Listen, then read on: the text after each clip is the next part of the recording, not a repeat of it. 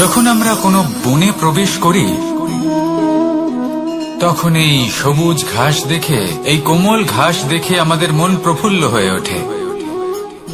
ভিন্ন ভিন্ন প্রজাতির ফুল, ভিন্ন ভিন্ন রঙের ফুল দেখে এই মন আনন্দে ভরে ওঠে। এখানে শিশুরা আনন্দ লাভ করে, বড়রা ভোজন গ্রহণ করেন, কথাবার্তা বলেন, হাঁটাহাঁটি করে বেড়ান। এবার ভেবে দেখুন, যখন এই উপবনের নির্মাণ হয়েছিল সেই সময় যদি এই মাটিকে সঠিকভাবে খনন না করা হতো, যদি তাতে সঠিকভাবে বীজ রোপণ না করা হতো, যদি কোনো সংঘর্ষ না হতো, পরিশ্রম না করা হতো, যদি চলতে চলতে পায়ে কাঁটা না বিঁধে যেত, তাহলে এই সুন্দর বন দেখে আমরা কি এই আনন্দ লাভ করতে পারতাম? কখনোই নয়।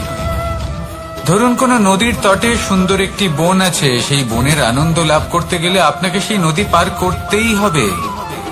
যদি সুখের নদীর কাছে পৌঁছতে চান, তাহলে তটে যে কাঁটা রয়েছে সেগুলোর সাথে সংঘর্ষ করতেই হবে।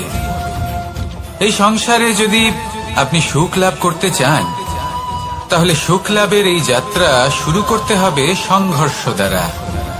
তাহলে সংঘর্ষকে স্বাগত জানান, এর পেছনেই সুখ রয়েছে যা আপনার জন্য অপেক্ষা করছে। এবার হাসুন আর আমার সাথে ভালোবেসে বলুন, রাধা।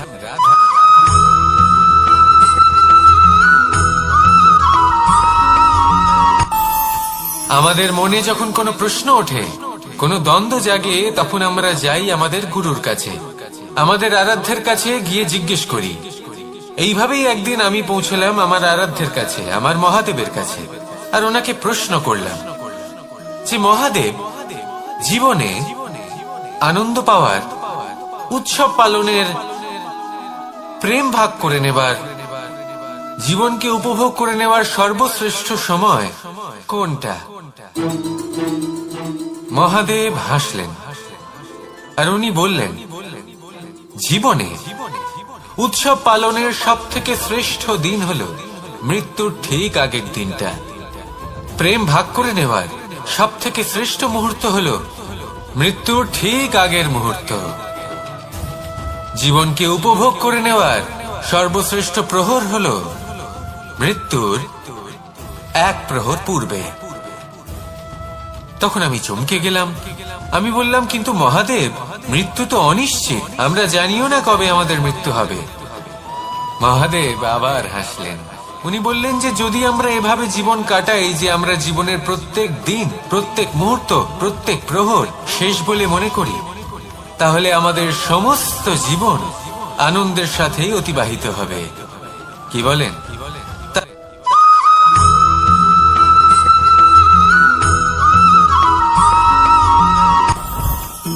জীবনে কিছু শেখা অত্যন্ত গুরুত্বপূর্ণ। এবার কি কি শিখতে হবে সেই সব শেখানোর জন্য অনেক শিক্ষক রয়েছেন, কিন্তু কি শিখবেন না আর কি করবেন না, এটা আমাদের নিজের অভিজ্ঞতা দিয়ে শিখতে হয়। কিন্তু তার মানে এটা নয় যে যদি আপনাকে শিখতে হয় যে আগুনের তাপ কতটা, আপনাকে আগুনের মধ্যে হাত দিতে হবে। না, অন্য কারোর অভিজ্ঞতা দ্বারাও শিখতে পারেন। প্রশ্ন শুধুমাত্র একটাই যে আপনি কি শিখতে চান নাকি চান না। যদি আপনি এটাই ভাবেন যে আমি শুধুই নিজের অভিজ্ঞতা দ্বারাই শিখতে চাই, তাহলে জীবনকাল ছোট মনে হবে, অনেক কিছুই শিখতে পারবেন না। তাই নিজের সাথে সাথে বড়দের অভিজ্ঞতা দ্বারাও শেখা শুরু করে দিন। এই সংসারের অভিজ্ঞতা দ্বারা শিখতে শুরু করে দিন। আর এটা নিশ্চিত রূপে শেখা আবশ্যক যে কখন কি করবেন না, কোথায় থামতে হবে আর কোথায় থামবেন না। তাহলে আসুন আর আমার সাথে ভালোবেসে বলুন, রাধা রাধা।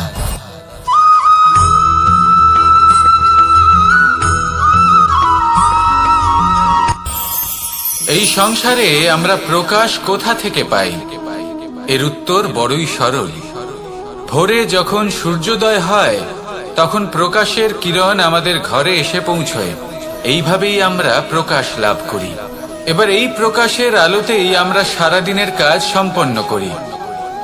সন্ধে হয়ে যায়, সূর্যাস্ত হয়ে যায়, আর আমাদের ঘর যাতে অন্ধকার না হয় তার জন্য আমরা একটা প্রদীপ প্রজ্বলিত করি।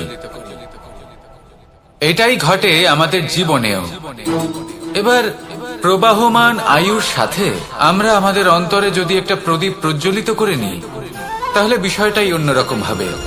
এবার আপনি বলবেন কোন প্রকাশের কথা বলছি যা আমাদের অন্তরে জাগ্রত করা সম্ভব? আমাদের আত্মার মাঝে প্রেমের প্রকাশ জাগ্রত করার কথা বলছি। কারণ আমাদের এই জীবন এও হলো দিনের আলোর মতো।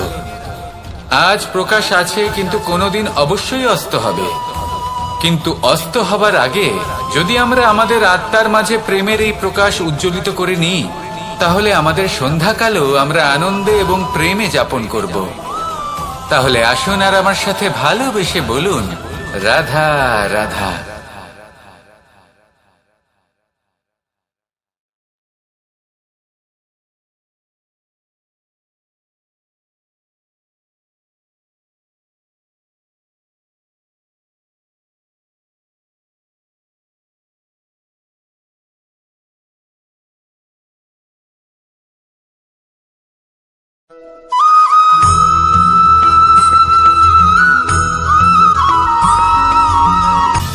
সময়, জীবন, কাল।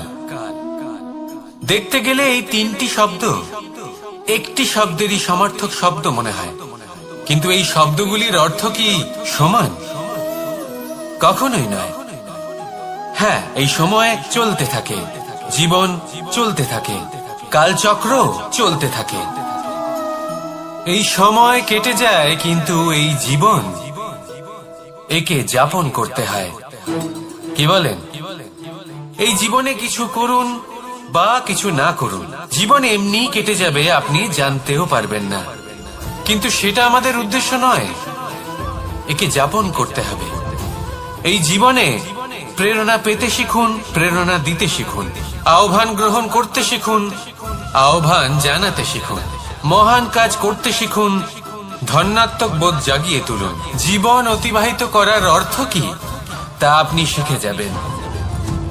কারণ সময় কেটে যায়, সমস্ত যুগ কেটে যায়, কিন্তু জীবনের রীতি জীবন কাটিয়ে দেওয়া নয়, জীবন যাপন করা। এই জীবন সম্পূর্ণরূপে অনুভব করতে হবে, নতুন পথ বানাতে হবে।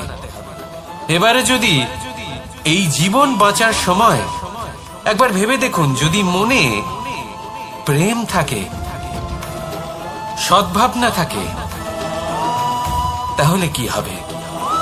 এই জীবনকে বাঁচার অনুভূতিটাই অন্যরকম হয়ে যাবে, একটা আনন্দময় অনুভূতি লাভ করবেন।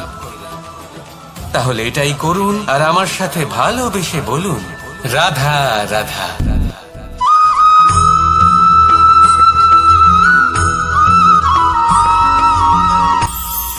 এটা হলো ধান গাছ। এর থেকে যে চাল উৎপন্ন হয় তা মানুষ গ্রহণ করেন। আর এটা কি? এ হলো জংলি ঘাস। একবার ভেবে দেখুন, যদি এই জংলি ঘাস ধান গাছের আশেপাশে থাকে তাহলে কি হবে? ধান উৎপন্ন হতে পারবে? তা উৎকৃষ্ট হতে পারবে? আমরা কি তা গ্রহণ করতে পারবো? কখনোই নয়। এই জংলি ঘাস ধানকে নষ্ট করে দেবে, কিন্তু নিজে জীবিত থাকবে। এটাই হলো আজকের শিক্ষা। এই সংসারে যদি আপনি নীতির পথে চলতে চান, উচিত কর্ম করতে চান, সংসারকে সেবা করতে চান, তাহলে জংলি ঘাসের মতো ব্যক্তিদের থেকে সবসময় দূরে থাকতে হবে। সেই ব্যক্তি যারা দুর্নীতি এবং মিথ্যা দ্বারা পরিপূর্ণ, যাদের ব্যবহার অশুভ, যাদের অনেক অশুভ গুণ রয়েছে, তারা সঠিক নয়। সেই সকল ব্যক্তি যাদের চরিত্র অত্যন্ত দুষ্ট হয়, তারা হয় শুভ চরিত্রের ব্যক্তিকে একদম নষ্ট করে দেয়, নয় নিজের মতো বানিয়ে তোলে। তাই যদি আপনি নীতির পথে চলতে চান, এই সংসারের জন্য শুভ কর্ম করতে চান, তাহলে সেই সঙ্গ লাভ করুন যে সঙ্গ জ্ঞানে পরিপূর্ণ, যাদের মধ্যে অনেক গুণ আছে, যাদের থেকে প্রতিদিন কিছু শিখতে পারবেন। এমন ব্যক্তির সাথে জীবন অতিবাহিত করুন, দুরাচারীদের থেকে দূরে থাকুন। তবেই এই মন প্রসন্ন হয়ে বলবে, রাধা রাধা।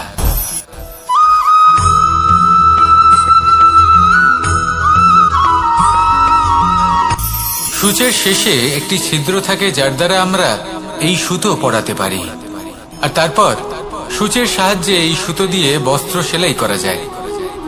কিন্তু যদি সুতোটা সোজা করে ধরা না হয়, তাহলে সূচে কখনো এই সুতো পরানোই সম্ভব নয়। যদি এতে কোনো গিঁট পড়ে, তখন তা কখনোই এই ছিদ্র দ্বারা প্রবেশ করা সম্ভব নয়। ঠিক এইভাবেই যদি আপনি কারোর জীবনে প্রবেশ করতে চান, কারোর অন্তরে প্রবেশ করতে চান, তাহলে আপনাকেও সহজ থাকতে হবে।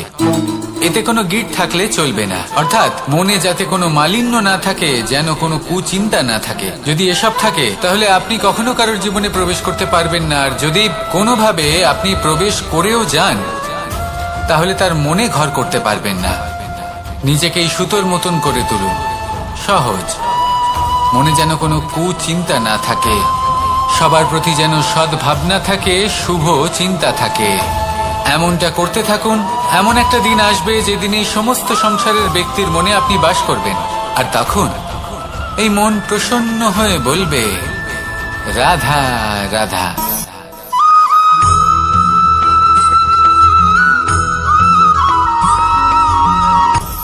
আপনি কখনো পর্বতের শিখরে উঠেছেন?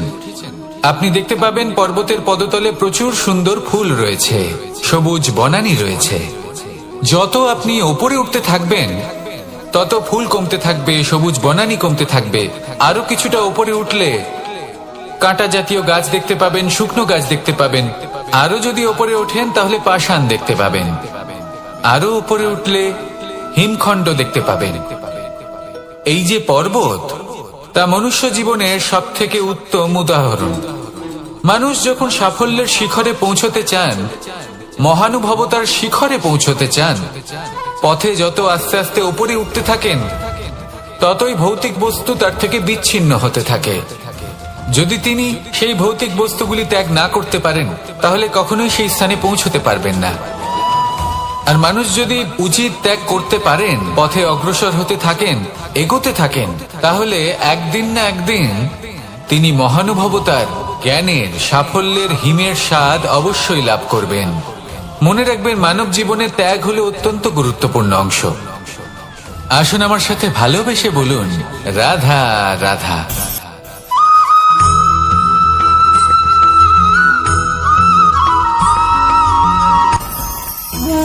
ভোজন। এবার ভোজন সংগ্রহ করার জন্য মানুষ কি না করেন, সবসময় চেষ্টা করতে থাকেন। ফসল উৎপাদনের জন্য অনেক পরিশ্রম করতে থাকেন, কিন্তু অনেক সময় অনেক পরিশ্রম করার পরেও ফসল ভালো উৎপাদন হয় না। এর কারণ কি? কারণ হলো এটাই যে আপনি পরিশ্রম হয়তো অনেক করেছেন, কিন্তু আপনার নজর তো সেই বীজের দিকে ছিলই না যা আপনি রোপণ করেছেন। সেই জন্য সব সময় কোনো বীজ রোপণ করার আগে তাকে পরখ করে দেখুন, তা অত্যন্ত আবশ্যক। আর সেইভাবেই যখনই কোনো কর্মের প্রশ্ন আসে, তাহলে সেখানে শুধুমাত্র পরিশ্রম যথেষ্ট নয়। সেই কাজের প্রতি আপনার কর্তব্য কি, আপনার উদ্দেশ্য কি, সেটা জানা হলো অত্যন্ত গুরুত্বপূর্ণ। তাই কর্ম করুন, কিন্তু সেই কর্মের প্রতি আপনার যা উদ্দেশ্য, তার মাহাত্ম্য বুঝতে চেষ্টা করুন। তাহলে আসুন আমার সাথে ভালোবেসে বলুন, রাধা রাধা।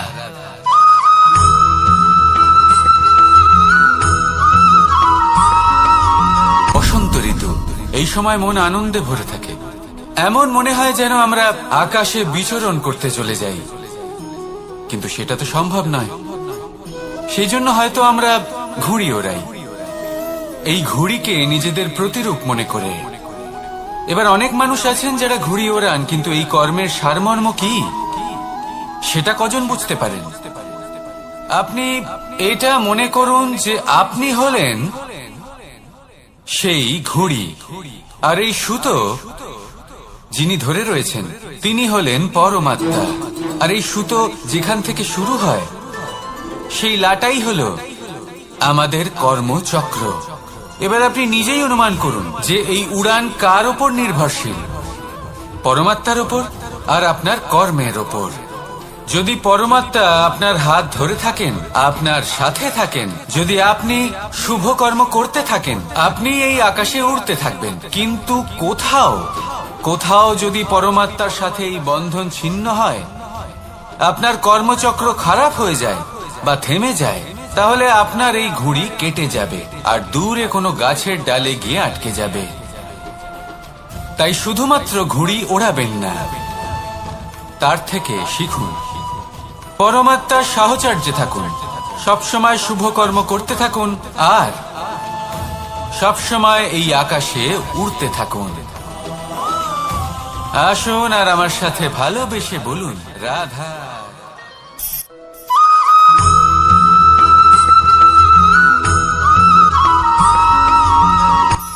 এই সংসারে সাফল্য লাভ করার জন্য জ্ঞানের প্রয়োজন হয়, পরিশ্রমের প্রয়োজন হয়, দৃঢ় নিষ্ঠার প্রয়োজন হয়, নিরন্তর চেষ্টা করা প্রয়োজনীয়। কিন্তু আরো কিছু আছে যা অত্যন্ত প্রয়োজনীয় এবং গুরুত্বপূর্ণ। তা হলো ভালো বন্ধু। তাদের থাকা অত্যন্ত প্রয়োজনীয়। যদি ভালো বন্ধু থাকে তাহলে সময় এলে তারা ঢাল হয়ে আপনাকে সুরক্ষা করবেন। সময় এলে অস্ত্রের মতো শত্রুকে সংহারও করবেন। যদি তিনি জ্ঞানী হন, তাদের মধ্যে সদ্গুণ থাকে, তাহলে এই সব গুণ আপনার মধ্যেও প্রবেশ করবে।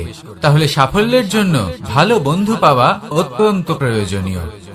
কিন্তু শুধু বন্ধু কেন, ভালো শত্রুও থাকা প্রয়োজনীয়। এবার আপনি ভাববেন, আমি কি বললাম? যদি আপনার জীবনেও ভালো অর্থাৎ শক্তিশালী শত্রু থাকে, তাহলে আপনিও শক্তিশালী হতে থাকবেন। এই শত্রু আপনাকে প্রেরিত করবে আরো বেশি শক্তিশালী হয়ে ওঠার। কখনো কোনো হরিণকে দেখুন, তীব্র গতিতে দৌড়তে থাকে। কেন তীব্র গতিতে দৌড়য়? এই কারণে নয় যে কোথাও তার জন্য মধুর ঘাস অপেক্ষা করে রয়েছে, না। সে এই কারণে তীব্র গতিতে দৌড়য় কারণ সেটা না করলে তার পেছনে একটি সিংহ আছে যে ওকে নিজের ভোজন করে ফেলবে। তাই জীবনে বিপদ, সংকট, এই সবকিছুও হলো অত্যন্ত গুরুত্বপূর্ণ।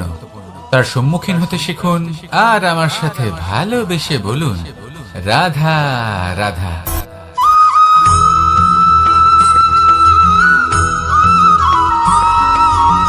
ভালো শুধু ওনাদের কঠোর ব্যবহার দেখলে আমরা একটু ভয় পেয়ে যাই। এবার ওনাদের এই কঠোর ব্যবহার আমাদের ভালো না লাগলেও অত্যন্ত আবশ্যক, কারণ মাতার থেকে আমরা যে শক্তি লাভ করি তা যেন নিয়ন্ত্রণ হারিয়ে বিধ্বংসী না হয়ে ওঠে। আমরা যেন কোনো কুপথে না চলে যাই, আমরা কখনো যেন দোষ না করে ফেলি। শুধু সেই জন্য পিতা এবং গুরু একটু কঠোর হয়ে ওঠেন এবং ওনাদের এই কঠোর আচরণ ভবিষ্যতে গিয়ে আমরা অবশ্যই বুঝতে পারি। জীবনে কিছু বছর আমরা এগিয়ে যাই আর তারপর আমরা বুঝতে পারি যে বাবা এবং গুরু আমাদের যথেষ্ট ভালোবাসতেন, কিন্তু ওনাদের ভালোবাসার বহিঃপ্রকাশ আলাদা। প্রয়োজনীয় হলো এটা দেখার, এটা বোঝার যে শুরু থেকে আমাদের প্রতি ওনাদের আচরণ কেমন ছিল। ওনাদের কঠোর হওয়ার পেছনে ওনাদের ভালোবাসাটা বোঝার চেষ্টা করুন, ওনাদের চিন্তাটা বোঝার চেষ্টা করুন। ওনাদের পথপ্রদর্শনের আড়ালে আপনার ভবিষ্যতের জন্য যে পরিকল্পনা ওনারা করেছেন সেটা বোঝার চেষ্টা করুন। তখন আপনারা বুঝতে পারবেন ওনাদের ভালোবাসাকে। আপনার মনের মধ্যে আপনা থেকেই ওনাদের প্রতি সম্মান জেগে উঠবে। নিজের পিতা এবং নিজের গুরু এই দুজনের প্রতি কৃতজ্ঞতা প্রকাশ করুন আর আমার সাথে ভালোবেসে বলুন, রাধা রাধা।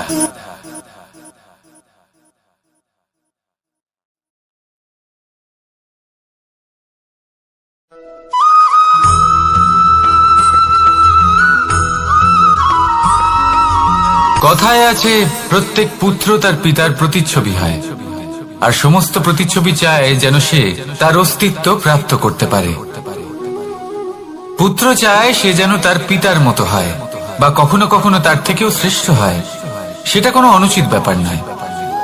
অনুচিত তখন হয় যখন পুত্র নিজের পিতার মতো হবার স্বপ্ন পূরণ করতে গিয়ে বা তার থেকেও শ্রেষ্ঠ হওয়ার স্বপ্ন পূরণে অনুচিত পথের আশ্রয় নেয়। কারণ তারপরে সে তার পিতার গুণগুলি আত্মসাৎ করতে চায় না। সে শুধুই এটা চায় যে সংসারের চোখে যেন আমি শ্রেষ্ঠ প্রমাণিত হই। এটা অনুচিত। সংসারে এমন অনেক মানুষ আছেন যারা এই কারণে শ্রেষ্ঠ হবার চেষ্টা করেন যাতে তার পরিবারের, তার পিতার সম্মান বৃদ্ধি পায়। এমনও মানুষ থাকেন, আর এটাই হলো পার্থক্য উদ্দেশ্যের। মনে রাখবেন, যদি আপনার উদ্দেশ্য শুভ হয় তাহলে পথও শুভ হবে, যদি আপনার উদ্দেশ্য অশুভ হয় তাহলে পথও অশুভ হবে। তাহলে নিজের পিতার মতো হবার চেষ্টা অবশ্যই করুন, তার থেকেও শ্রেষ্ঠ হওয়ার চেষ্টা অবশ্যই করুন, কিন্তু মনে রাখবেন আপনার সংকল্প আর আপনার উদ্দেশ্য এই দুই শুভ হওয়া উচিত। তাহলে আসুন আর আমার সাথে ভালোবেসে বলুন, রাধা রাধা।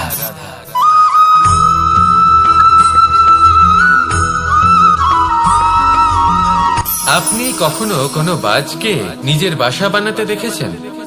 এই বাজ যখনই কোনো বাসা বানায় তখন উঁচু গাছের ডালে বা কোনো পর্বতের শিখরে বাসা বানায়, অনেক উচ্চতায়, আর সেখানে তার সন্তানও জন্মগ্রহণ করে। যখন এই সন্তানেরা জন্মায় তখন এই বাজ খুবই ভালোবেসে এবং খুব সাবধানে এদের পালন পোষণ করে, নিজের ঠোঁট দিয়ে তাদের ঠোঁটে খাবার পরিবেশন করে। কিন্তু যেই সেই সন্তানেরা হৃষ্টপুষ্ট হয়ে যায় এবং সেই কথা বাজ নিজে বুঝতে পেরে যায়, সেই বাজ নিজেই সেই বাসা ছিন্ন ভিন্ন করে দেয়। সেই সন্তান যাদের সবেমাত্র ডানা গজিয়েছে, কিভাবে উঠতে হয় তারা জানে না, সেই সন্তানগুলিকে উচ্চতা থেকে ঠেলে দেয়। সেই সন্তান প্রথমে ভয়ভীত হয়ে যায়, তারা সামনে মৃত্যুকে দেখতে পেয়ে ভয়ের কারণে তাদের ডানা ঝাপটাতে থাকে, আর সেই প্রক্রিয়াতেই সেই সন্তানগুলি উড়তে শুরু করে দেয়। এবার এই ঘটনায় আমরা কি শিক্ষা পেতে পারি?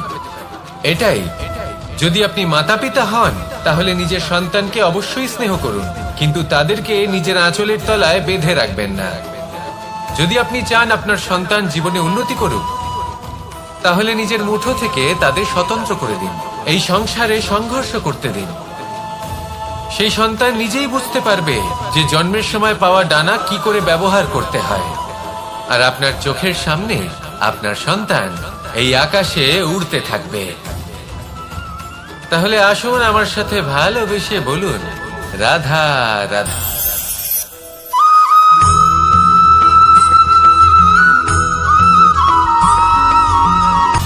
সময়, জীবন, কাল।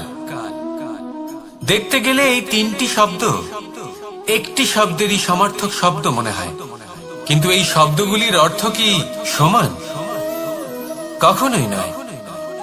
হ্যাঁ, এই সময় চলতে থাকে, জীবন চলতে থাকে, কালচক্র চলতে থাকে। এই সময় কেটে যায়, কিন্তু এই জীবন একে যাপন করতে হয়। কি বলেন? এই জীবনে কিছু করুন বা কিছু না করুন, জীবন এমনি কেটে যাবে, আপনি জানতেও পারবেন না। কিন্তু সেটা আমাদের উদ্দেশ্য নয়, একে যাপন করতে হবে।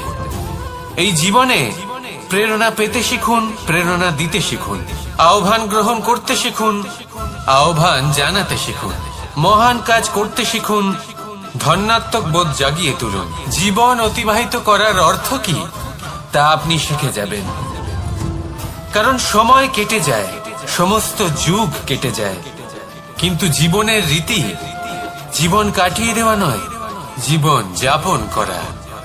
এই জীবন সম্পূর্ণরূপে অনুভব করতে হবে, নতুন পথ বানাতে হবে।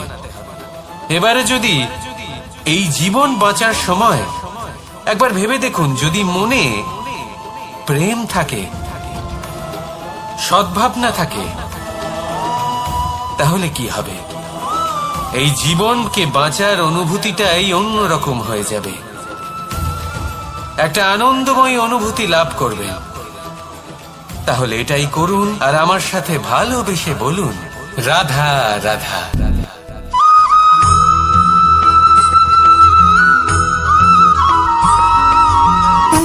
সুখ, দুঃখ এবং শক্তি, এই তিন হলো এই সংসারের ত্রিদেবের মতো। আমাদের জীবনে যা কিছু ঘটছে এই তিনটির ভিত্তির উপরেই হচ্ছে। আসলে এই সংসারের একটা নিয়ম আছে, যখনই আপনি কিছু লাভ করেন এই সংসার আপনার পরীক্ষা নেয়, এটা জানার জন্য আপনার পরীক্ষা নেয় যে আপনি যা কিছুই লাভ করেছেন আপনি কি আদৌ সেটার যোগ্য কিনা। ঠিক সেইভাবেই এই সুখ, দুঃখ এবং শক্তি আপনার পরীক্ষা নিয়ে থাকে। যখন সুখ আসে তখন সে আপনার পরীক্ষা নেয় যে আপনার মধ্যে অহংবোধ জাগ্রত হয়নি তো। যদি অহংবোধ চলে আসে তাহলে সুখ সেখানেই সঙ্গ ত্যাগ করে। দুঃখ আপনার ধৈর্যের পরীক্ষা নিতে থাকে, আর যদি আপনার মধ্যে ধৈর্য না থাকে তাহলে এটা আপনাকে আরো বেশি দুঃখের গভীর অন্ধকারে ঠেলে দেবে। সেখানে শক্তি পরীক্ষা নেয় আপনার বিনম্রতার। যদি আপনি বিনম্র না হন তাহলে হয় এই শক্তি আপনার সঙ্গ ত্যাগ করবে, নয় এই শক্তি বিনম্রতার অভাবে আপনার পতনের কারণ হতে পারে। এই সংসারে যে কোনো ব্যক্তি যিনি এই পরীক্ষায় উত্তীর্ণ হয়ে থাকেন এই জীবনে তিনি সাফল্য লাভ করেন। আসুন আমার সাথে ভালোবেসে বলুন, রাধা রাধা।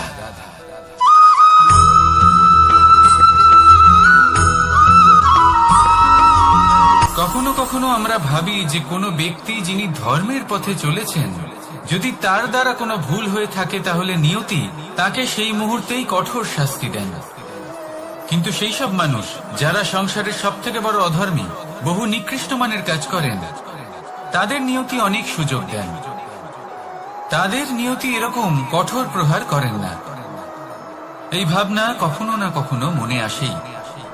ভেবে দেখুন কেন। আসলে জীবনকে বেশিরভাগ মানুষ একভাবেই দেখে থাকেন, বিভিন্ন স্তরে একে দেখা উচিত।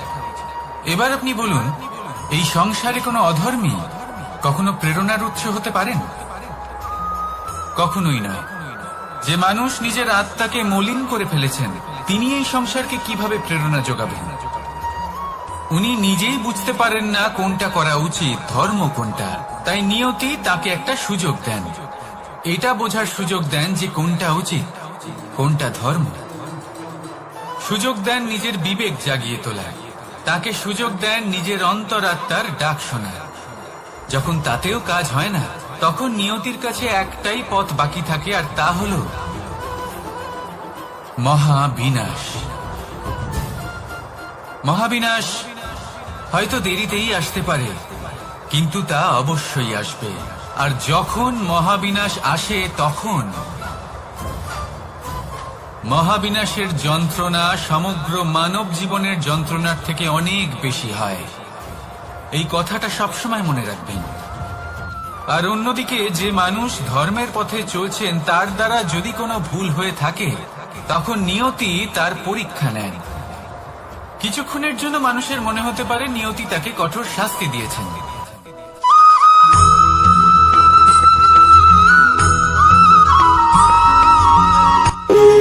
যখন মানুষের মৃত্যু হয় তখন কি হয়?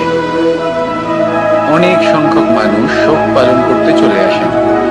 যে ব্যক্তি মৃত্যু লাভ করেছেন তার অনেক বস্তু থাকে যেগুলো তার প্রিয়, যেগুলো তিনি ব্যবহার করেছেন। তার শয্যা, তার বস্ত্র, তার আভূষণ সবকিছু তার থেকে বিচ্ছিন্ন করা হয় এবং খালি হাতে তাকে শ্মশানের উদ্দেশ্যে রওনা করা হয়। আমি আপনাকে এই প্রশ্ন করতে চাই, আপনি এই সংসারে কি অর্জন করেছেন? ধন সম্পত্তি, বস্ত্র, আভূষণ, এই সবকিছু যে আপনি অর্জন করেছেন আপনার মৃত্যুর পরে তা আপনার থেকে দূর হয়ে যাবে। এর উত্তর হলো একটাই, আপনার কর্ম। শুধু সেটাই আছে যা একান্ত আপনার, আর শুধু সেটাই এই সংসার থেকে চলে যাওয়ার পরেও সংসারেই জীবিত থাকবে। যদি আপনি দুষ্কর্ম করেন তাহলে এই সংসার আপনাকে একটি অনুচিত উদাহরণ হিসেবে মনে রাখবে যে এই ব্যক্তি খুব পাপী ছিল, অনুচিত কর্ম করতেন। যে পথে তিনি চলেছেন সেই পথে কারোর চলা উচিত নয়। সেখানেই যদি আপনি সৎকর্ম করেন তাহলে সংসার চিরকাল এটাই বলবে যে খুব ভালো মানুষ ছিলেন, সবাইকে ভালোবাসতেন, সবাইকে সাহায্য করতেন, আমার খুব প্রিয় মানুষ ছিলেন। এটাই হলো শ্রেষ্ঠ কর্ম। সেই জন্য জীবনে শুধুমাত্র ধন সম্পত্তি আভূষণ এই সব অর্জন করতে গিয়ে নিজের মনোনিবেশ করবেন না। শ্রেষ্ঠ কর্ম করুন, সংসার থেকে চলে যাওয়ার পরেও এই কর্মই এই সংসারে আপনাকে জীবিত রাখবে। আসুন আমার সাথে ভালোবেসে বলুন, রাধা রাধা।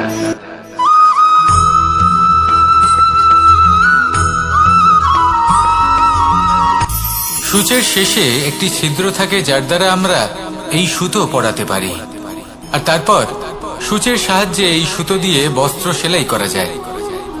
কিন্তু যদি সুতোটা সোজা করে ধরা না হয়, তাহলে সূচে কখনো এই সুতো পরানোই সম্ভব নয়। যদি এতে কোনো গিঁট পড়ে, তখন তা কখনোই এই ছিদ্র দ্বারা প্রবেশ করা সম্ভব নয়। ঠিক এইভাবেই যদি আপনি কারোর জীবনে প্রবেশ করতে চান, কারোর অন্তরে প্রবেশ করতে চান, তাহলে আপনাকেও সহজ থাকতে হবে। এতে কোনো গিঁট থাকলে চলবে না, অর্থাৎ মনে যাতে কোনো মালিন্য না থাকে, যেন কোনো কুচিন্তা না থাকে। যদি এসব থাকে, তাহলে আপনি কখনো কারোর জীবনে প্রবেশ করতে পারবেন না। আর যদি কোনোভাবে আপনি প্রবেশ করেও যান, তাহলে তার মনে ঘর করতে পারবেন না। নিজেকে এই সুতোর মতন করে তুলুন, সহজ। মনে যেন কোনো কুচিন্তা না থাকে, সবার প্রতি যেন সদ্ভাবনা থাকে, শুভ চিন্তা থাকে। এমনটা করতে থাকুন। এমন একটা দিন আসবে যেদিন এই সমস্ত সংসারের ব্যক্তির মনে আপনি বাস করবেন, আর তখন এই মন প্রসন্ন হয়ে বলবে, রাধা রাধা।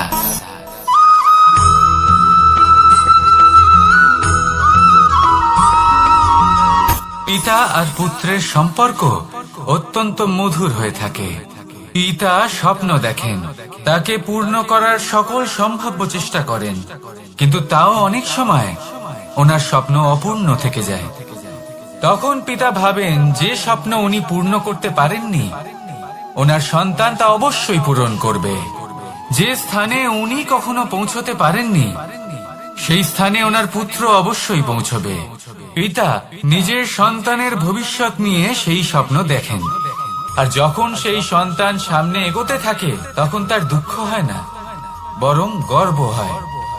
ওনার ভালো লাগে এটা দেখে যে ওনার সন্তান অনেক উন্নতি করছে। কিন্তু যখন সন্তান নিজের অভিভাবকের শক্তি দেখে, তার যশ দেখে হিংসা করতে থাকে, সমস্যা সেইখানেই শুরু হয়। সেই জন্য সকল সন্তানকে এটা মনে রাখতে হবে। দেখুন, পুত্র হবার সুবাদে, এক সন্তান হবার সুবাদে এটা হলো আপনার অধিকার যে আপনি আপনার পিতার থেকে বেশি উন্নতি করবেন। আপনার পিতাও এটাই চান, কিন্তু সুস্থভাবে এটা করুন। একটা রেখা টেনে নিন, যাতে আপনি তাতে এগোতে পারেন, আর আপনার পিতার তাতে গর্ববোধ হয়, আর সেই বিষয়ে দুঃখ না হয় যে আমার সন্তান আমাকেই ছোট করার চেষ্টা করছে।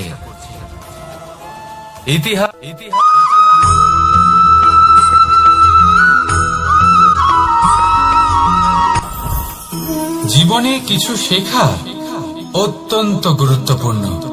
এবার কি কি শিখতে হবে, সেই সব শেখানোর জন্য অনেক শিক্ষক রয়েছেন, কিন্তু কি শিখবেন না আর কি করবেন না, এটা আমাদের নিজের অভিজ্ঞতা দিয়ে শিখতে হয়। কিন্তু তার মানে এটা নয় যে যদি আপনাকে শিখতে হয় যে আগুনের তাপ কতটা, আপনাকে আগুনের মধ্যে হাত দিতে হবে। না, অন্য কারোর অভিজ্ঞতা দ্বারাও শিখতে পারেন। প্রশ্ন শুধুমাত্র একটাই যে আপনি কি শিখতে চান নাকি চান না।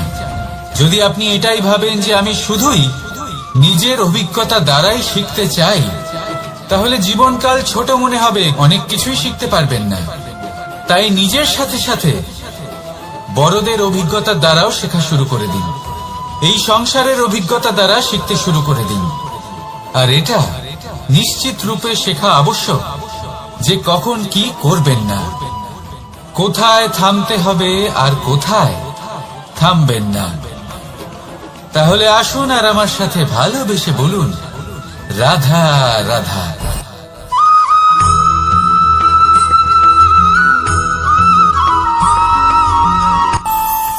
আমাদের মনে যখন কোনো প্রশ্ন ওঠে, কোনো দ্বন্দ্ব জাগে, তখন আমরা যাই আমাদের গুরুর কাছে, আমাদের আরাধ্যের কাছে গিয়ে জিজ্ঞেস করি। এইভাবেই একদিন আমি পৌঁছলাম আমার আরাধ্যের কাছে, আমার মহাদেবের কাছে, আর ওনাকে প্রশ্ন করলাম যে মহাদেব, জীবনে আনন্দ পাওয়ার উৎসব পালনের, প্রেম ভাগ করে নেবার, জীবনকে উপভোগ করে নেওয়ার সর্বশ্রেষ্ঠ সময় কোনটা? মহাদেব হাসলেন আর উনি বললেন, জীবনে উৎসব পালনের সব থেকে শ্রেষ্ঠ দিন হল মৃত্যুর ঠিক আগের দিনটা। প্রেম ভাগ করে নেওয়ার সব থেকে শ্রেষ্ঠ মুহূর্ত হল মৃত্যুর ঠিক আগের মুহূর্ত। জীবনকে উপভোগ করে নেওয়ার সর্বশ্রেষ্ঠ প্রহর হল মৃত্যুর এক প্রহর পূর্বে। তখন আমি চমকে গেলাম। আমি বললাম, কিন্তু মহাদেব, মৃত্যু তো অনিশ্চিত, আমরা জানিও না কবে আমাদের মৃত্যু হবে। মহাদেব আবার হাসলেন। উনি বললেন যে যদি আমরা এভাবে জীবন কাটাই যে আমরা জীবনের প্রত্যেক দিন, প্রত্যেক মুহূর্ত, প্রত্যেক প্রহর শেষ বলে মনে করি, তাহলে আমাদের সমস্ত জীবন আনন্দের সাথেই অতিবাহিত হবে। কি বলেন?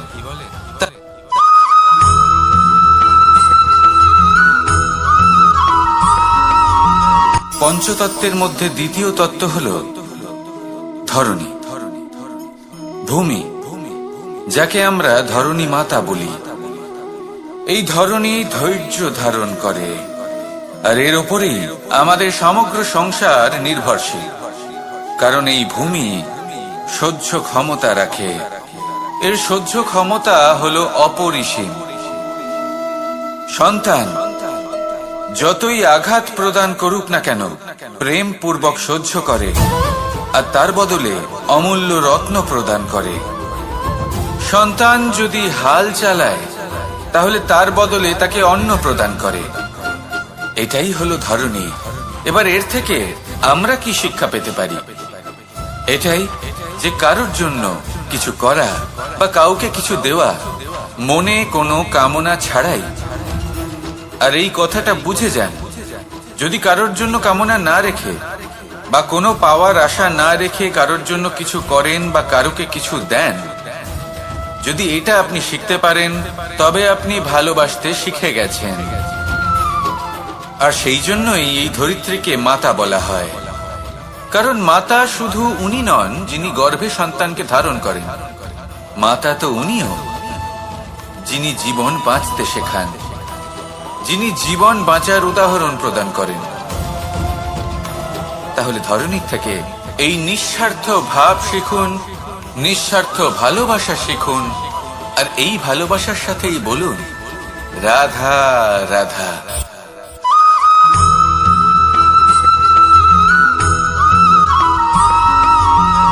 এই সংসারে কোনো বস্তু হোক বা ব্যক্তি হোক, তার একার গুরুত্ব কিন্তু খুব বেশি নয়। একটা উদাহরণ হিসেবে বৃষ্টির ফোঁটাকে ভেবে দেখুন। যদি একটি বৃষ্টির ফোঁটা হয় তাহলে তার খুব বেশি গুরুত্ব থাকে না, কিন্তু যখন সহস্র বৃষ্টির ফোঁটা মেঘের মধ্যে দিয়ে ঝরে পড়ে, তখন সেটা বর্ষার রূপ ধারণ করে। সেই বর্ষা যা এই প্রকৃতিকে শান্ত করে।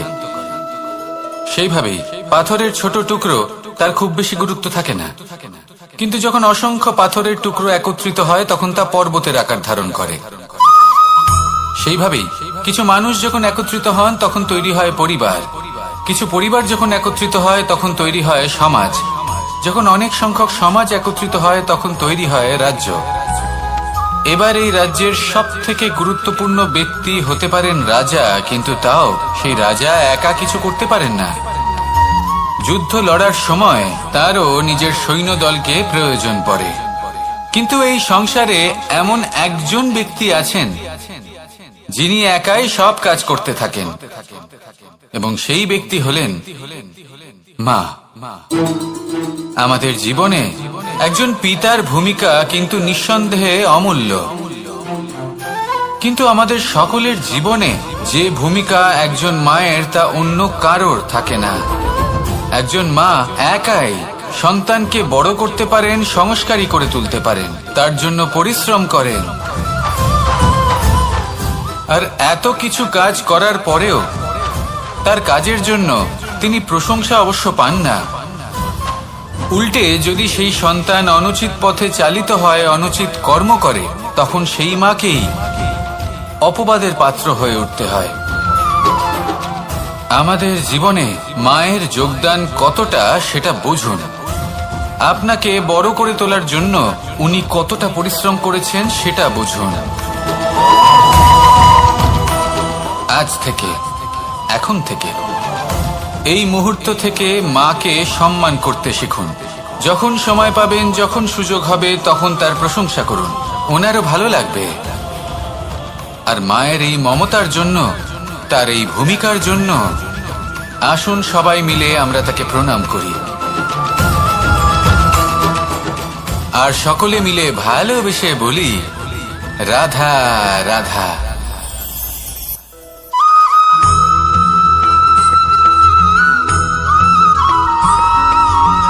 পঞ্চতত্ত্বের মধ্যে দ্বিতীয় তত্ত্ব হল ধরণী, ভূমি, যাকে আমরা ধরণী মাতা বলি। এই ধরণী ধৈর্য ধারণ করে, আর এর ওপরেই আমাদের সমগ্র সংসার নির্ভরশীল। কারণ এই ভূমি সহ্য ক্ষমতা রাখে। এর সহ্য ক্ষমতা হলো অপরিসীম। সন্তান যতই আঘাত প্রদান করুক না কেন, প্রেম পূর্বক সহ্য করে, আর তার বদলে অমূল্য রত্ন প্রদান করে। সন্তান যদি হাল চালায়, তাহলে তার বদলে তাকে অন্ন প্রদান করে। এটাই হলো ধরণী। এবার এর থেকে আমরা কি শিক্ষা পেতে পারি? এটাই যে কারোর জন্য কিছু করা বা কাউকে কিছু দেওয়া মনে কোনো কামনা ছাড়াই।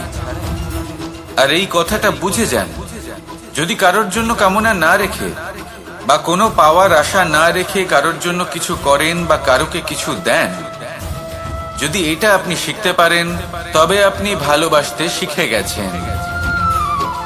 আর সেই জন্যই এই ধরিত্রীকে মাতা বলা হয়।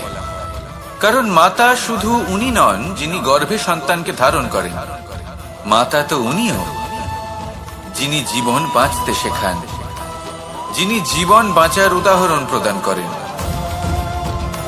তাহলে ধরণীর থেকে এই নিঃস্বার্থ ভাব শিখুন, নিঃস্বার্থ ভালোবাসা শিখুন, আর এই ভালোবাসার সাথেই বলুন, রাধা রাধা।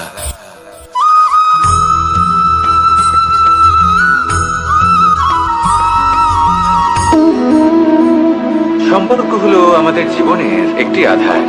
কিছু সম্পর্ক এমন যে আমরা জন্মসূত্রে লাভ করি, যেমন পরিবার, মা, বাবা। কিছু সম্পর্ক আছে যে আমরা জীবনে অর্জন করে থাকি, তা সে প্রেমের হোক, স্নেহের হোক বা বন্ধুত্বের। এই সকল সম্পর্ক লাভ করার বা গড়ে তোলার 5টি ধাপ রয়েছে।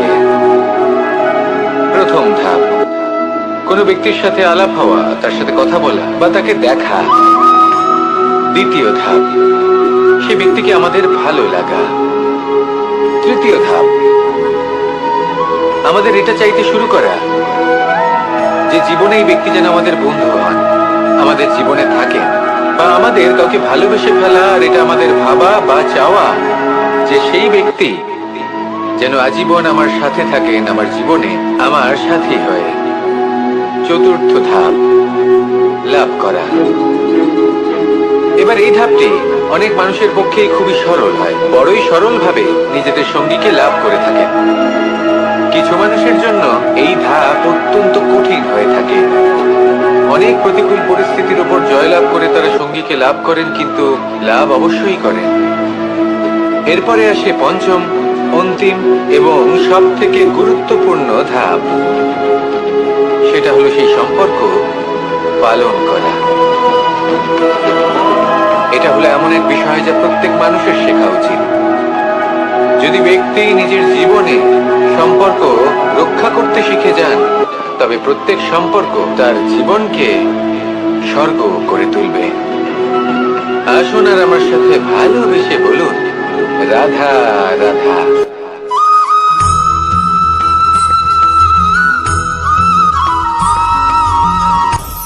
আপনি কখনো পর্বতের শিখরে উঠেছেন? আপনি দেখতে পাবেন পর্বতের পদতলে প্রচুর সুন্দর ফুল রয়েছে, সবুজ বনানী রয়েছে। যত আপনি ওপরে উঠতে থাকবেন, তত ফুল কমতে থাকবে, সবুজ বনানী কমতে থাকবে। আরো কিছুটা ওপরে উঠলে কাঁটা জাতীয় গাছ দেখতে পাবেন, শুকনো গাছ দেখতে পাবেন। আরো যদি ওপরে ওঠেন তাহলে পাষাণ দেখতে পাবেন। আরো উপরে উঠলে হিমখণ্ড দেখতে পাবেন। এই যে পর্বত, তা মনুষ্য জীবনের সব থেকে উত্তম উদাহরণ। মানুষ যখন সাফল্যের শিখরে পৌঁছতে চান, মহানুভবতার শিখরে পৌঁছতে চান, পথে যত আস্তে আস্তে উপরে উঠতে থাকেন, ততই ভৌতিক বস্তু তার থেকে বিচ্ছিন্ন হতে থাকে। যদি তিনি সেই ভৌতিক বস্তুগুলি ত্যাগ না করতে পারেন, তাহলে কখনোই সেই স্থানে পৌঁছতে পারবেন না। আর মানুষ যদি উচিত ত্যাগ করতে পারেন, পথে অগ্রসর হতে থাকেন, এগোতে থাকেন, তাহলে একদিন না একদিন তিনি মহানুভবতার, জ্ঞানের, সাফল্যের হিমের স্বাদ অবশ্যই লাভ করবেন। মনে রাখবেন, মানব জীবনে ত্যাগ হলো অত্যন্ত গুরুত্বপূর্ণ অংশ। আসুন আমার সাথে ভালোবেসে বলুন, রাধা রাধা।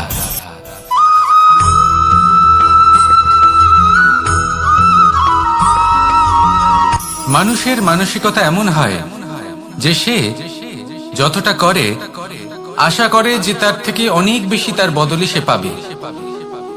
দেখুন, সবকিছুই আপনার ভাবনা চিন্তার উপর নির্ভর করছে। আপনি যদি ফলের বিষয়ে ভেবে কর্ম করতে থাকেন, তাহলে সেটা অনুচিত। জীবনের আসল আনন্দ হলো নিজের কর্ম করতে থাকা, ফলের চিন্তা করা উচিত নয়। যদি আপনি এরকম ভাবেন যে আমি এতটা করছি, আমার এতটা পাওয়া উচিত, সেই ভাবনা অনুচিত। যদি আপনি সেবার মানসিকতা নিয়ে কর্ম করতে থাকেন, কর্মচক্রে প্রবাহিত হন, যদি আপনি এমন ভাবনা রাখেন যে আমি এতটা পাচ্ছি, তাই এর থেকে অনেক বেশি আমি কর্ম করব, তাহলে নিশ্চিত রূপে আপনি যতটা করছেন তার থেকে অনেক বেশি আপনি পাবেন। আপনার আশার থেকে অনেক বেশি আপনি পাবেন। শুধু জীবনে অনেক বেশি কাজ করতে থাকুন, ফলের চিন্তা করবেন না। আর মনে রাখবেন, এই ভাবনাই সব থেকে বড় বীজ। কর্মের উপর বিশ্বাস রাখুন। জীবনে যা যা আপনি চান, সবই সুখময় হবে। আসুন আর আমার সাথে ভালোবেসে বলুন, রাধা রাধা।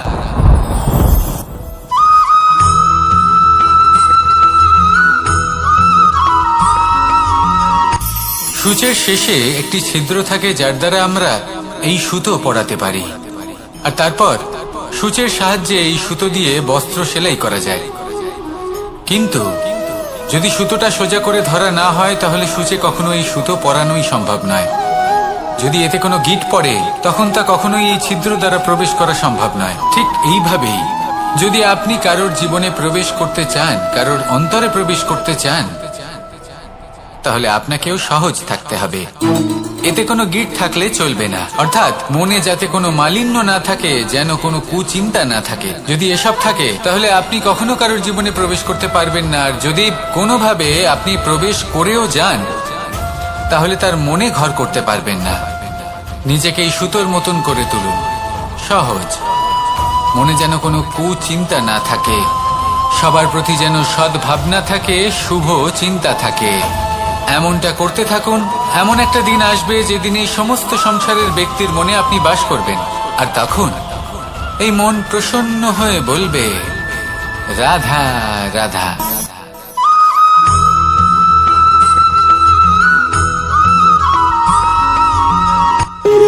যখন মানুষের মৃত্যু হয়, তখন কি হয়? অনেক সংখ্যক মানুষ শোক পালন করতে চলে আসেন। যে ব্যক্তি মৃত্যু লাভ করেছেন, তার অনেক বস্তু থাকে যেগুলো তার প্রিয়, যেগুলো তিনি ব্যবহার করেছেন। তার শয্যা, তার বস্ত্র, তার আভূষণ, সবকিছু তার থেকে বিচ্ছিন্ন করা হয় এবং খালি হাতে তাকে শ্মশানের উদ্দেশ্যে রওনা করা হয়। আমি আপনাকে এই প্রশ্ন করতে চাই, আপনি এই সংসারে কি অর্জন করেছেন? ধন সম্পত্তি, বস্ত্র, আভূষণ, এই সবকিছু যে আপনি অর্জন করেছেন, আপনার মৃত্যুর পরে তা আপনার থেকে দূর হয়ে যাবে। এর উত্তর হলো একটাই, আপনার কর্ম। শুধু সেটাই আছে যা একান্ত আপনার, আর শুধু সেটাই এই সংসার থেকে চলে যাওয়ার পরেও সংসারেই জীবিত থাকবে। যদি আপনি দুষ্কর্ম করেন, তাহলে এই সংসার আপনাকে একটি অনুচিত উদাহরণ হিসেবে মনে রাখবে যে এই ব্যক্তি খুব পাপী ছিল, অনুচিত কর্ম করতেন। যে পথে তিনি চলেছেন, সেই পথে কারোর চলা উচিত নয়। সেখানেই যদি আপনি সৎকর্ম করেন, তাহলে সংসার চিরকাল এটাই বলবে যে খুব ভালো মানুষ ছিলেন, সবাইকে ভালোবাসতেন, সবাইকে সাহায্য করতেন, আমার খুব প্রিয় মানুষ ছিলেন। এটাই হলো শ্রেষ্ঠ কর্ম। সেই জন্য জীবনে শুধুমাত্র ধন, সম্পত্তি, আভূষণ এই সব অর্জন করতে গিয়ে নিজের মনোনিবেশ করবেন না। শ্রেষ্ঠ কর্ম করুন। সংসার থেকে চলে যাওয়ার পরেও এই কর্মই এই সংসারে আপনাকে জীবিত রাখবে। আসুন আমার সাথে ভালোবেসে বলুন, রাধা রাধা।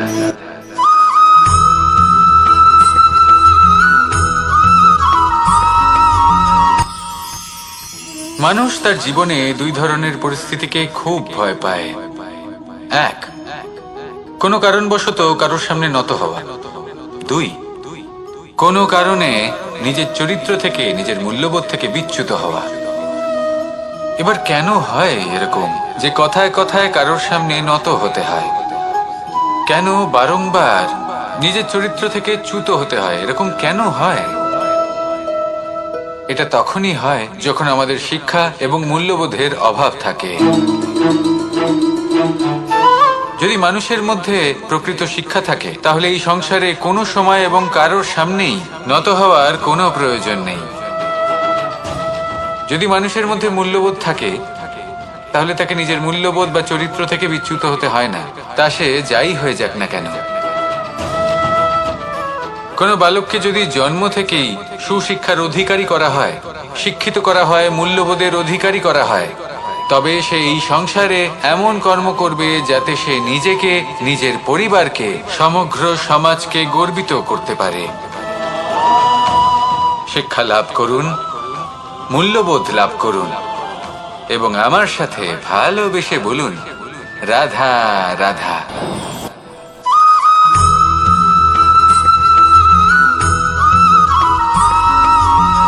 কথায় আছে যে এমন কোনো অক্ষর নেই যার দ্বারা কোনো মন্ত্র হয় না।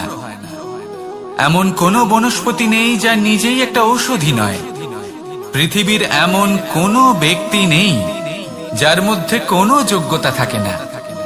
শুধু প্রয়োজন হলো যে ব্যক্তিকে আমরা খুঁজে চলেছি তাকে সঠিকভাবে চিনে নেওয়া। যদি তার যোগ্যতা, তার বিশেষত্ব আমরা বুঝতেই না পারি তাহলে আর লাভ কি রইল? এই সংসারে এমন অনেক ব্যক্তি রয়েছেন যারা ছোট ছোট অসফলতার কারণে আপনাকে এটা বলে দেবে যে আপনি কোনো কাজের নন, আপনি হলেন মূর্খ, আপনি কিছুই করতে পারবেন না। এই সব কথায় কখনোই বিশ্বাস করবেন না, কারণ আপনি এবং প্রত্যেকটি জীব এই পরমাত্মা এবং এই প্রকৃতির সৃষ্টি, যা অত্যন্ত বিশেষ। যদি আপনাকে উদাহরণ দিই তাহলে একদিকে আছে তরোয়াল, একটা বড় লম্বা তরোয়াল যার দ্বারা যুদ্ধ করা যায়, জয়লাভ করা যায়। আর অন্যদিকে রয়েছে একটা ছোট্ট সূচ, কিন্তু যে কাজ একটা ছোট্ট সূচ করতে পারে তা একটা তরোয়াল দ্বারা সম্ভব নয়। এর অর্থ হলো এটাই যে প্রত্যেকটা রচনা অত্যন্ত অমূল্য এবং অত্যন্ত বিশেষ হয়। তাহলে বিশ্বাস রাখুন যে আপনি অত্যন্ত বিশেষ একজন, আর প্রেমের সাথে বলুন, রাধা রাধা।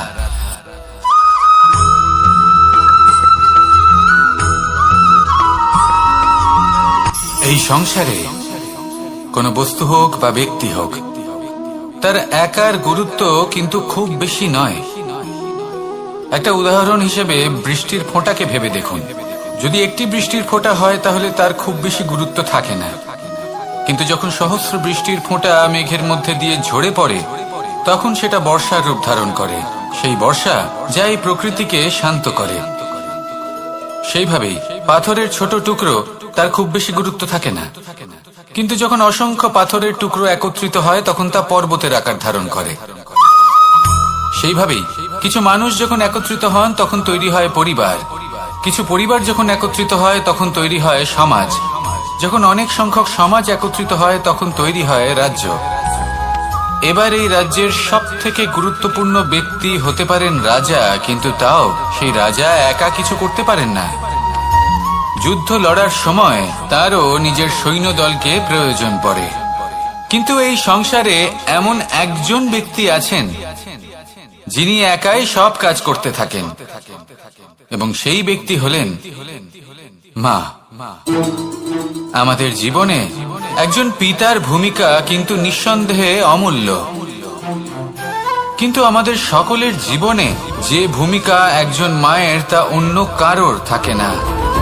একজন মা একাই সন্তানকে বড় করতে পারেন, সংস্কারী করে তুলতে পারেন, তার জন্য পরিশ্রম করেন। আর এত কিছু কাজ করার পরেও তার কাজের জন্য তিনি প্রশংসা অবশ্য পান না। উল্টে যদি সেই সন্তান অনুচিত পথে চালিত হয়, অনুচিত কর্ম করে, তখন সেই মাকেই অপবাদের পাত্র হয়ে উঠতে হয়। আমাদের জীবনে মায়ের যোগদান কতটা সেটা বুঝুন। আপনাকে বড় করে তোলার জন্য উনি কতটা পরিশ্রম করেছেন সেটা বুঝুন। আজ থেকে, এখন থেকে, এই মুহূর্ত থেকে মাকে সম্মান করতে শিখুন। যখন সময় পাবেন, যখন সুযোগ হবে, তখন তার প্রশংসা করুন, ওনারও ভালো লাগবে। আর মায়ের এই মমতার জন্য, তার এই ভূমিকার জন্য আসুন সবাই মিলে আমরা তাকে প্রণাম করি, আর সকলে মিলে ভালোবেসে বলি, রাধা রাধা।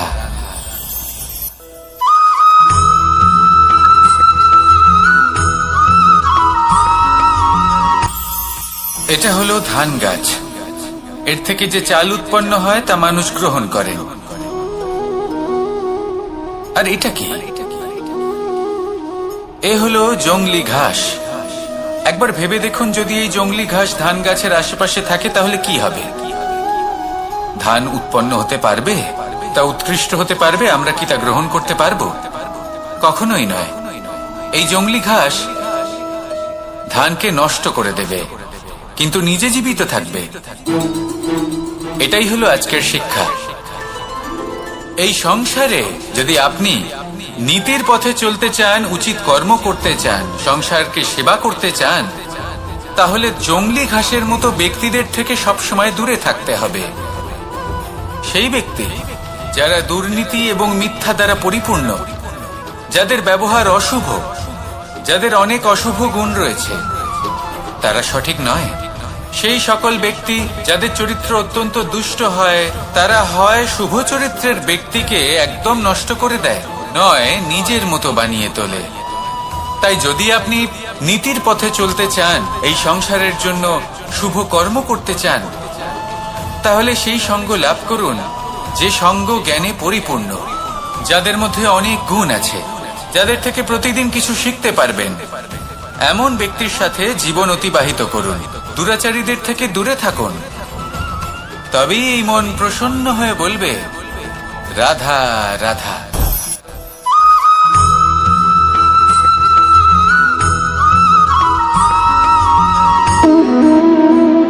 সম্পর্ক হলো আমাদের জীবনের একটি আধার।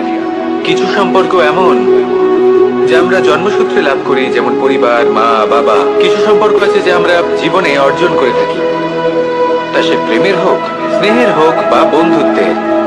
এই সকল সম্পর্ক লাভ করার বা গড়ে তোলার 5টি ধাপ রয়েছে।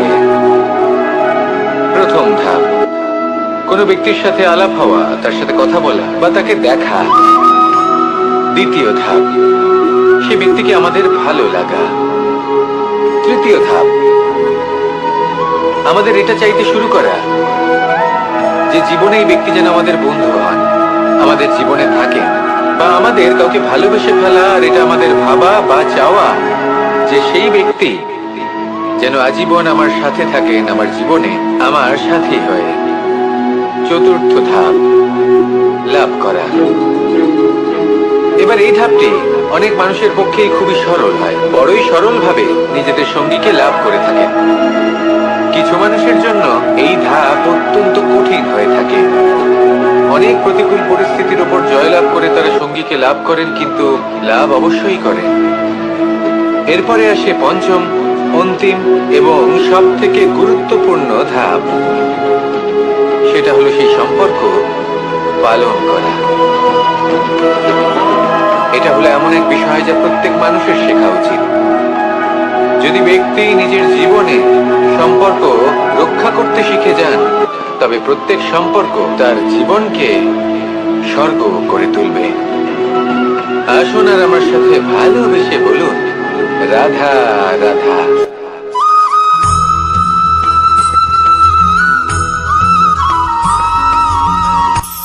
কখনো কোনো বাগানের কোনো বৃক্ষকে দেখেছেন যেখানে সুগন্ধি ফুল থাকে, রসালো ফল থাকে? তখন মন প্রফুল্ল হয়ে ওঠে, মন থেকে সেই বৃক্ষের প্রতি ভালোবাসা জন্মায়। কিন্তু যিনি বাগানের মালিক, শুধুমাত্র তিনিই জানেন যে কিভাবে এই বৃক্ষকে আগলে রাখতে হয়, কিভাবে তার পরিচর্যা করলে এতে সুন্দর সুগন্ধি ফুল হবে, রসালো ফল হবে। কখনো কখনো প্রয়োজনের থেকে বেশি রোদ পেলে এই বৃক্ষগুলি শুকিয়ে যায়, প্রয়োজনের থেকে কম রোদ পেলেও এই বৃক্ষ কিন্তু শুকিয়ে যায়। প্রয়োজনের থেকে কম জল যদি পায়, এই বৃক্ষ শুকিয়ে যেতে পারে। প্রয়োজনের থেকে অতিরিক্ত জল যদি পায়, তখনও এই বৃক্ষের শিকড়গুলি নষ্ট হয়ে যেতে পারে। এবার এটাই কিন্তু আমাদের সংসারের সাথেও হয়। আমাদের সংসারের সকল প্রতিভাশালী ব্যক্তি, যেমন লেখক, বিচারক, প্রবক্তা, যোদ্ধা, এদের সবার ক্ষেত্রে এই কথাটাই প্রযোজ্য। যদি বেশি প্রশংসা করা হয়, তাহলেও এরা হারিয়ে যাবেন। প্রয়োজনের থেকে বেশি যদি নিন্দা করা হয়, তখনও তারা নত হয়ে পড়বেন।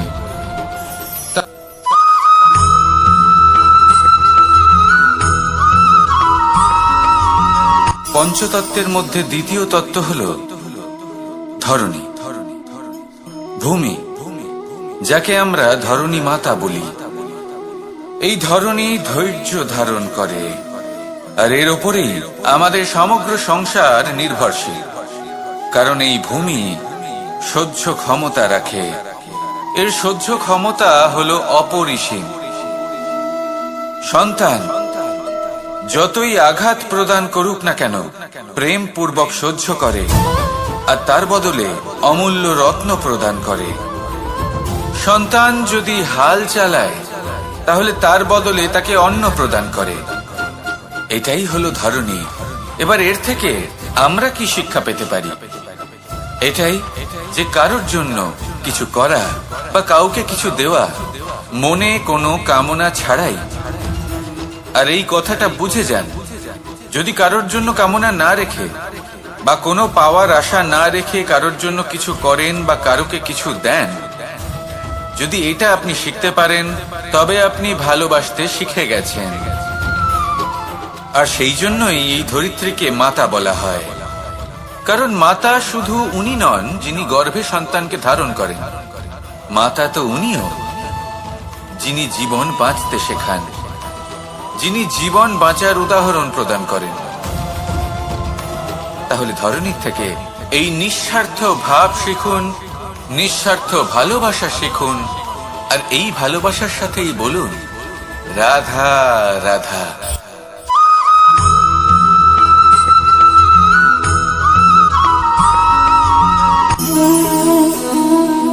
নিয়তি। রাধা আমাকে বলে, কৃষ্ণ, যদি তুমি জানো যে নিয়তিতে কি আছে, তাহলে তাকে বদলে দাও না কেন? মহাদেব আমাকে বলেন যে শ্রীকৃষ্ণ, যদি আপনি এটা জানেন যে সাম্বের নিয়তি এটাই, তাহলে আপনি তাকে বদলানোর চেষ্টা কেন করেন? কেন? কারণ আমি একজন পিতা, আর পিতার কর্তব্য এটাই, তিনি যেন সম্ভাব্য সব চেষ্টা করেন নিজের সন্তানের মঙ্গলের জন্য। নিয়তি আমি জানি, কিন্তু এটাও আমি জানি যে কর্মের থেকে বড় আর কোনো নিয়তি হতে পারে না। অভিজ্ঞতাও রয়েছে যে কর্মের হাতে নিয়তির এই চক্র বদলে যেতে পারে। তাই জীবনে যদি আপনার কখনো এমন মনে হয় যে এটা তো অসম্ভব, তখনও চেষ্টা করা কখনোই ছাড়বেন না। কে বলতে পারে আপনারই কর্মের কোনো এক বীজ হয়তো নিয়তির চাকায় আটকে গেল, আর নিয়তিকে নিজের পথ পাল্টাতে হলো, ঠিক কিনা? সেই জন্য নিয়তিকে ভাগ্য মেনে নিয়ে চুপ করে বসে থাকবেন না। নিজের নিয়তি স্বয়ং নিজের কর্মের দ্বারা নির্ধারিত করুন, কারণ আপনার এই কর্মের উপরেই আপনার অধিকার রয়েছে। আর এই অধিকারকে নিয়তি অনেক সময় সম্মানও করে। তাহলে আসুন আর আমার সাথে ভালোবেসে বলুন, রাধা রাধা।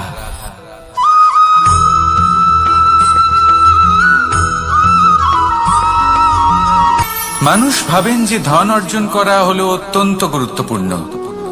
তিনি আজীবন ধন অর্জন করতে থাকেন, ধন অর্জন করার চেষ্টা করতে থাকেন। সে যাই হয়ে যাক না কেন, পরিশ্রম করতে থাকেন। স্বাস্থ্যের দিকে নজর দেন না, না উচিত সময় খাবার খান, না উচিত সময় ঘুমোতে যান, না পর্যাপ্ত সময় পর্যন্ত ঘুমন, কিছুই না। ধন অর্জন করতেই থাকেন, করতেই থাকেন। আর কিছু সময় পরে যখন তিনি অসংখ্য ধন লাভ করে ফেলেন, তখন তার সাথে ওনার শরীরে অনেক রোগ বাসা বাঁধে। এইসব রোগের উপচার করতে করতে সেই সমস্ত ধন যা উনি অর্জন করেছেন তা তিনি ব্যয় করে ফেলেন। শেষ পর্যন্ত কি হয়? আমরা যেভাবে এসেছি ঠিক সেইভাবেই ফিরে যাই, ধন এখানেই থেকে যায়। দেখুন, একটা অত্যন্ত গুরুত্বপূর্ণ কথা রয়েছে যে আপনার বোঝা উচিত। এই যে ধন, তার ব্যবহার করুন জীবনকে আরো ভালো করে তোলার জন্য। ধনের সদ্ব্যবহার করা উচিত, এমন যেন না হয় এই ধন আপনাকে ভোগ করে ফেলে। এই জীবনকে নিশ্চিত রূপে আরো শ্রেষ্ঠ করে তুলুন। কিন্তু এই ধন অর্জন করার এই প্রক্রিয়াতে নিজের সারা জীবনকে নষ্ট করে ফেলবেন না। এই জীবন উপভোগ করতে শিখুন, আর আমার সাথে ভালোবেসে বলুন, রাধা রাধা।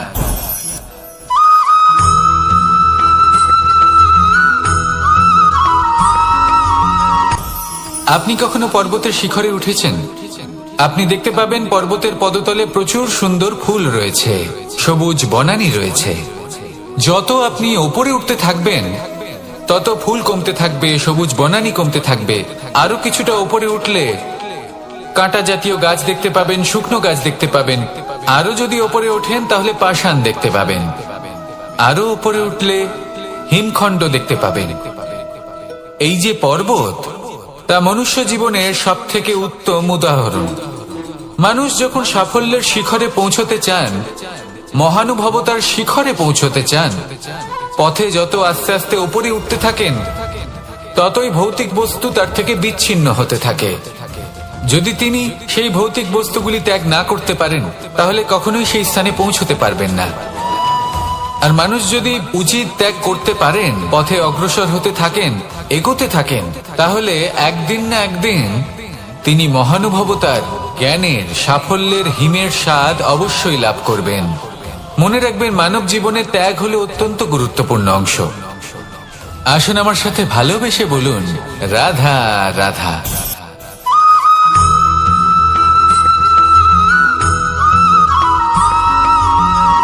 কেউ বলে জীবন খুব ক্ষণস্থায়ী, কেউ বলে জীবন হলো একটা সুন্দর স্বপ্নের মতো, আবার কেউ বলবে জীবন হলো এক কঠোর সত্য। কিন্তু জীবন আসলে কি? জীবন হলো আপনারই প্রতিবিম্ব, একটা দর্পণ। অর্থাৎ আপনি জীবনকে সেইভাবেই পাবেন যেরকম আপনি নিজেকে প্রতিপন্ন করবেন। যদি আপনি দর্পণের দিকে তাকিয়ে হাসেন, তাহলে আপনি সামনে হাসি মুখী দেখতে পাবেন। এবার যদি আপনি গম্ভীর হয়ে থাকেন, তাহলে আপনি একজন রুষ্ট ব্যক্তি দেখতে পাবেন। শেষে সবথেকে বেশি গুরুত্বপূর্ণ হলো আপনার চেষ্টা। আপনাকে সবসময় চেষ্টা করতে হবে যাতে আপনি নিজেকে প্রসন্ন এবং ইতিবাচক মনোভাবে রাখেন। এটা হলো আপনারই উত্তরদায়িত্ব, তাকে পালন করুন। এই মনকে প্রসন্ন রাখুন, এই সংসারকে সুন্দর বলে মনে হবে। আর এই মন প্রসন্ন হয়ে বলবে, রাধা রাধা।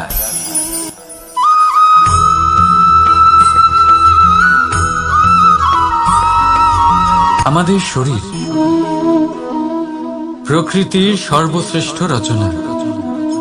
যে অঙ্গ প্রত্যঙ্গ আমরা লাভ করেছি, প্রত্যেকটির মধ্যে একটি নিজস্ব বার্তা রয়েছে। একটু ভেবে দেখুন, দুটি চোখ দিয়েছে দেখার জন্য, দুটি কান দিয়েছে শোনার জন্য, নাসিকাও আছে দুটি, দুটি হাত দিয়েছে দ্বিগুণ পরিশ্রম করার জন্য। কিন্তু জীব শুধুমাত্র একটি। তার উপরেও তীক্ষ্ণ বলিষ্ঠ দাঁত দিয়েছে তার রক্ষার জন্য। কখনো ভেবে দেখেছেন কেন?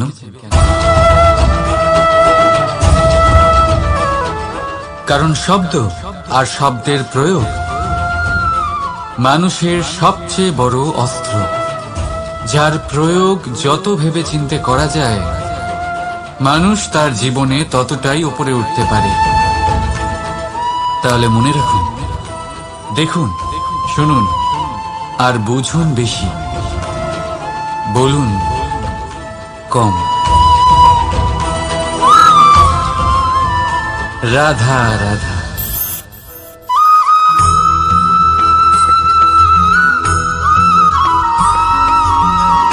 জীবন কিসের উপর নির্ভরশীল? ধনের উপর? বৈভবের অনুভব যদি আপনি করতে চান, তাহলে তা পাবেন শুধু একতার দ্বারা, সংগঠনের দ্বারা। যদি আপনাকে উদাহরণ দিই, নিজের এই হাতটাকে দেখুন, 5টা আঙুল রয়েছে। কোনো একটা বস্তুকে নিজের একটা আঙুল দ্বারা তুলে ধরার চেষ্টা করে দেখুন, বড়ই কষ্ট হবে। তখন আপনি বুঝতে পারবেন, যখন এই 5টি আঙুল একত্রিত হয়, তখন কোনো কাজ কতটা সহজ হতে পারে। এটাই হলো শক্তি, একতার। সব থেকে ভালো উদাহরণ যদি আপনাকে দিই, তাহলে বাঁশি। এই বাঁশি থেকে অত্যন্ত মধুর সুর নির্গত হয়, যা সবার মন প্রসন্ন করে দেয়। এই কথা সত্যি। কিন্তু এই বাঁশি আমি একটা বা দুটো আঙুল দিয়ে বাজাতে পারবো না। আমাকে প্রত্যেকটা আঙুল ব্যবহার করতেই হবে, তবেই এর থেকে মধুর সুর নির্গত হবে, যা সকলকে প্রসন্ন করবে। ঠিক কিনা? ঠিক এইভাবেই যদি আপনি চান যে আপনার জীবনরূপী বাঁশি থেকেও মধুর সুর নির্গত হোক বা সবার মনকে প্রসন্ন করে তুলুক, তাহলে আপনাকেও জীবনে একতা নিয়ে আসতেই হবে। আপনি একাও কর্ম করতে পারেন, পথ চলতেও পারেন, সামনেও এগোতে পারেন, সাফল্যও লাভ করতে পারেন। কিন্তু যখন সকলে একসাথে এগোবেন, সেই পথে চলবেন, সেই কর্মই করবেন, তখন লক্ষ্যে অবশ্যই পৌঁছবেন, সাফল্য অবশ্যই লাভ করবেন। কিন্তু সেই সাফল্য এবং তার